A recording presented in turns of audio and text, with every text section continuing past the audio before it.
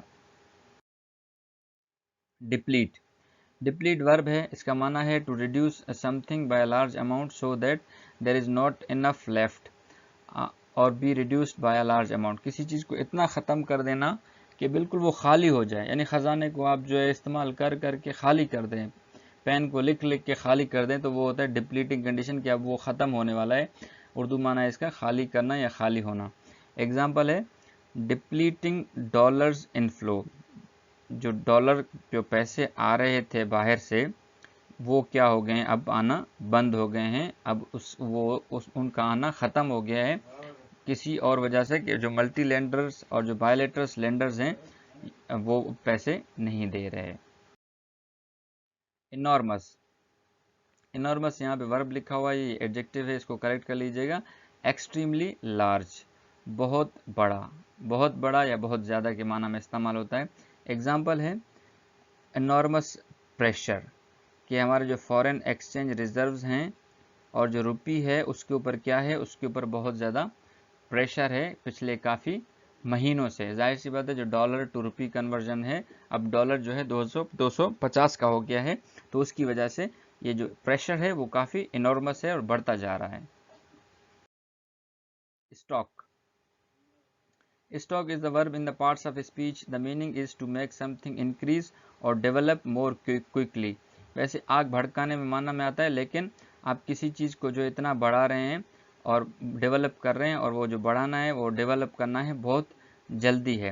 Example ہے اسٹاکڈ rapid inflation, یہ جو روپی کا بڑھنا ہے اور جو ڈالر فورن ایکسچینج ریزروز کا جو ہے وہ ڈپلیٹ ہونا ہے، اس نے کیا کیا ہے، اس نے اسٹاک ریپڈ انفلیشن، اس نے جو انفلیشن ہے، مہنگائی ہے، اس کو ہوا دی ہے، اس کی آگ کو بھڑکایا ہے، اس کو مزید اس میں اضافہ ہوا ہے، جو کہ پچھلے سال 9.7% تھی پاکستان میں جو انفلیشن تھی، اب جو ہے وہ تقریباً 35% تک پہنچ گئی ہے، تو یہ جو اضافہ ہے کافی زیادہ ہے۔ erode، erode is the verb in the parts of speech to gradually destroy something or make it weaker over a period of time, to be destroyed or make weaker in this way۔ کسی چیز کو آپ ختم کر رہے ہیں اور ختم اس طرح کر رہے ہیں کہ اس کو آہستہ آہستہ ختم کر رہے ہیں تاکہ وہ تباہ ہو جائے یا اتنی کمزور ہو جائے کہ وہ افیکٹو ہی نہ رہے۔ کسی چیز کو ختم کر دینا اور کسی چیز کو کھا جانا۔ ایگزامپل ہے eroded investors confidence in the economy۔ یہ جو اوپر جتنی بھی باتیں ہوئی ہیں کہ کرنٹ اکاؤنٹ ڈیفیسٹ ہوا، ڈالر ڈپلیٹ ہوا، فورن ایکسچینج ریزروز کم ہو رہے ہیں، روپی پہ پریشر بڑھ رہا ہے، اس سے پھر غربت ایک تو بڑی ہے، دوسرا یہ ہوا ہے کہ جو فارن انویسٹرز ہیں، یعنی جو دوسرے لوگ یہاں پہ آ کے پاکستان میں معیشت میں انویسٹ کرتے ہیں، ان کا کانفیڈنس لوز ہوا ہے، تو اس کی وجہ سے بھی ہماری معیشت آگے پیچھے جا رہی ہے۔ perk up، perk up is the phrasal verb to become or make somebody become more cheerful or lovely especially after they have been ill or sad.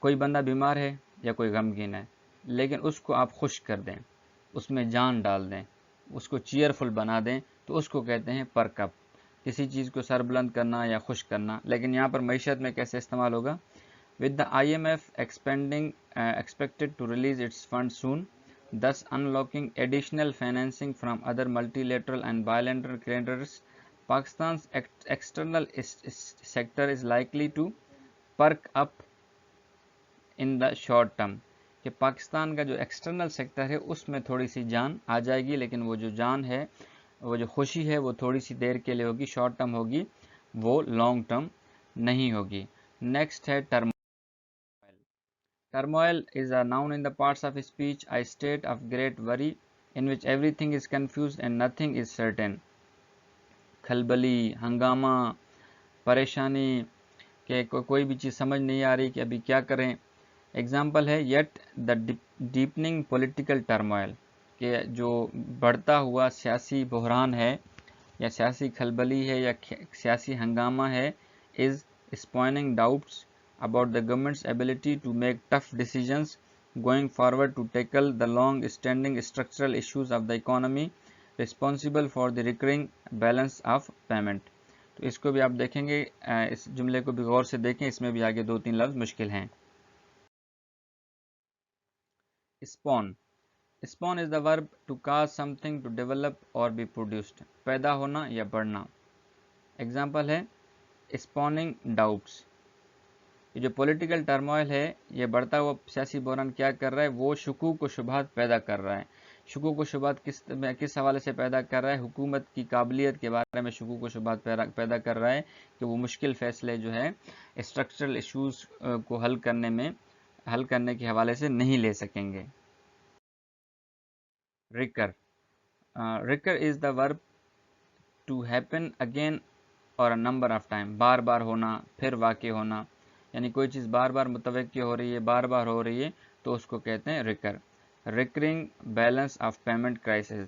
اس کا مطلب یہ ہے کہ جب بھی کوئی حکومت آتی ہے تو وہ کہتی ہے کہ جی ہمارے پاس تو ٹریڈ ڈیفیسٹ ہے، ہمارا تو کرنٹ اکاؤنٹ ڈیفیسٹ ہے. تو یہ جو بار بار بیلنس آف پیمنٹ کرائسس ہے، یعنی کہ ہمارے جو ڈالر ہیں وہ ختم ہو جاتے ہیں، تو یہ بار بار ہو رہا ہے اور ہر سال یعنی ہر 5 سال بعد ریپیٹ ہوتا ہے. اور پھر ہمیں مدد کے لیے کدھر جانا پڑتا ہے؟ IMF اور اپنی دوست کنٹریز کے پاس کہ جی ہمیں کچھ چندہ دے دیں تاکہ ہمارا ملک آگے چل سکے. Impediment. Impediment is the noun in the parts of speech, something that delays or stop the progress of something.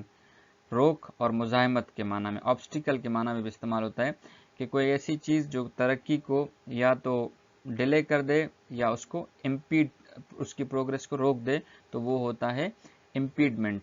Example ہے structural impediments to export and foreign direct investments.